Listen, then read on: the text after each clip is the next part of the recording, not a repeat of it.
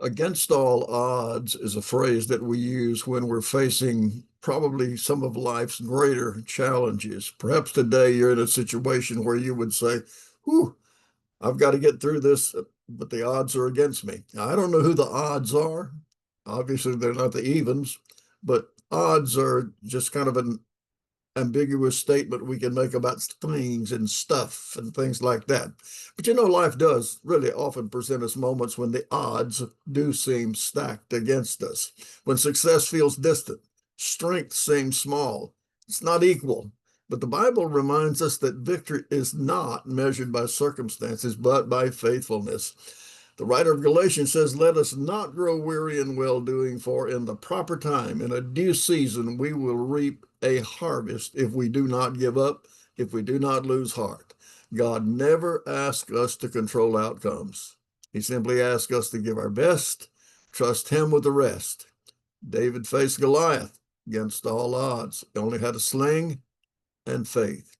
Gideon fought with a small army, but God brought victory against all odds. Again, common thread wasn't the odds, it was they gave total effort.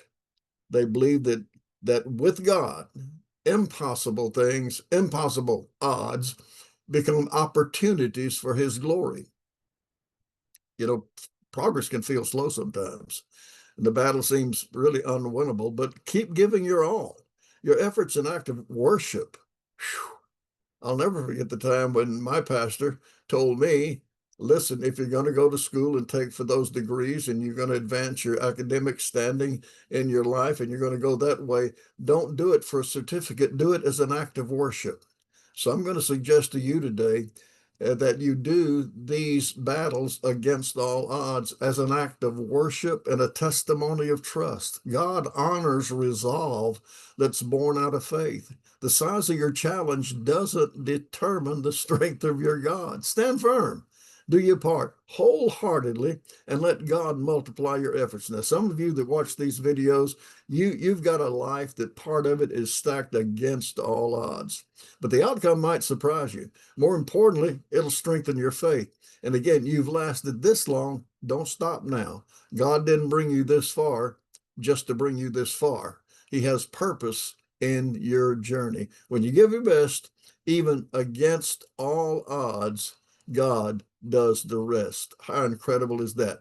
I don't know who the odds are. Don't know where they came from. Don't know where they're going.